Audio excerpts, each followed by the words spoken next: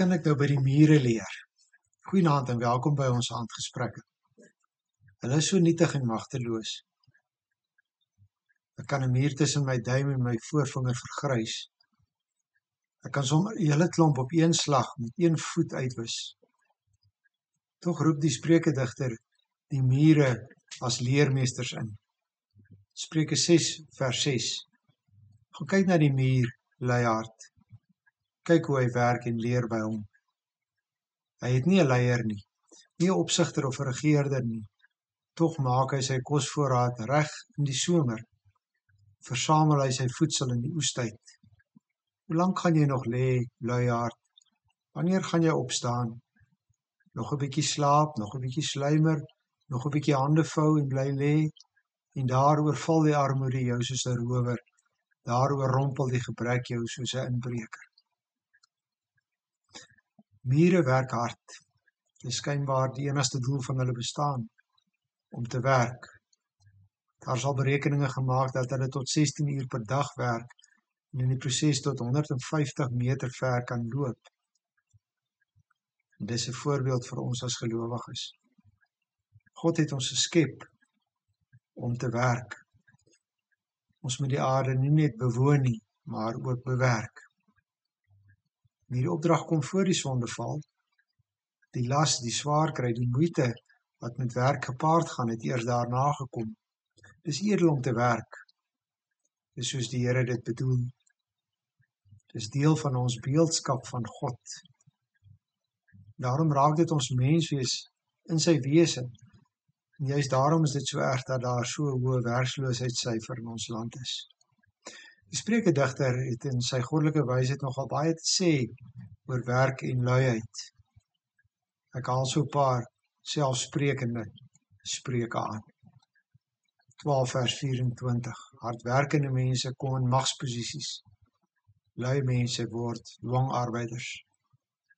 19 vers 15. Luiheid laat 'n mens diep slaap. 'n lui mens ly honger. 22 vers 13. Die lui mens sê, daar's 'n leeu daar buite. Ek kan doodgemaak word as ek dit buite waag. 26 vers 15. Die luiaard steek sy hand in die skottel, maar hy is te lui om dit terug te bring na sy mond toe. 22 vers 30 tot 34. Ek het by 'n lui mens se land verbygestap, by 'n onverstandige mens se wingerd. Dit was heeltemal oortrek met onkruid, toegegroei onder die bossies. Die klipmuur het omgeval. Toe het ek dit gesien en ek het daaroor nagedink en daaruit iets geleer. Nog 'n bietjie slaap, nog 'n bietjie sluimer, nog 'n bietjie hande vou om te slaap. Dan kom jou armoede aangestap. Daaroor val die gebrek jou soos 'n inbreker, sonder dat jy dit kan keer. So moet 'n gelowige nie wees nie. Jy is een van die kenmerke van die Spreukevrou wat in hoofstuk 31 beskryf word, is dat sy goeie toesig hou oor haar huishouding en dat sy beslis nie lui is nie. Ons ken die woorde van Paulus aan die Tessalonisense. Ek het vir julle uitdruklik gesê, as iemand nie wil werk nie, moet hy nie eet nie.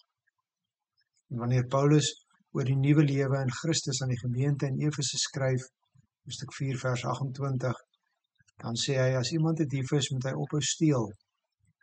Hy moet deur harde werk op 'n eerbare manier self in sy lewensonderhoud voorsien. En dan sal hy nog iets hê om vir die armes ook te gee. Hier leer ons dat dit nie net oor eie voorsiening gaan nie, maar om meer te kan hê om vir ander te gee. Immers die armes sal altyd by ons wees. Natuurlik help hierdie harde werk sonder erkenning van afhanklikheid en die seën van die Here niks nie, dan is dit te vergeefs. Het is te vergeefs dat jy vroeg opstaan en laat gaan slaap en met moeite 'n bestaan maak. Vir die wat hy lief het, gee die Here dit in hulle slaap. Gaan kyk of jy die muurtjies kan raakloop vandag. Waarskynlik is daar, miskien tot jou irritasie, van hulle in jou koskas. Maar kyk eers weer 'n slag na hulle. Gelowiges is nie lui mense nie. Goeienaand.